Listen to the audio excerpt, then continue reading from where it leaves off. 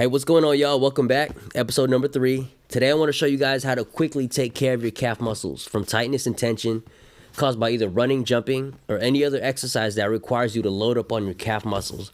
Or if you're in high heels all day, this will help you out too. All right, let's get into it.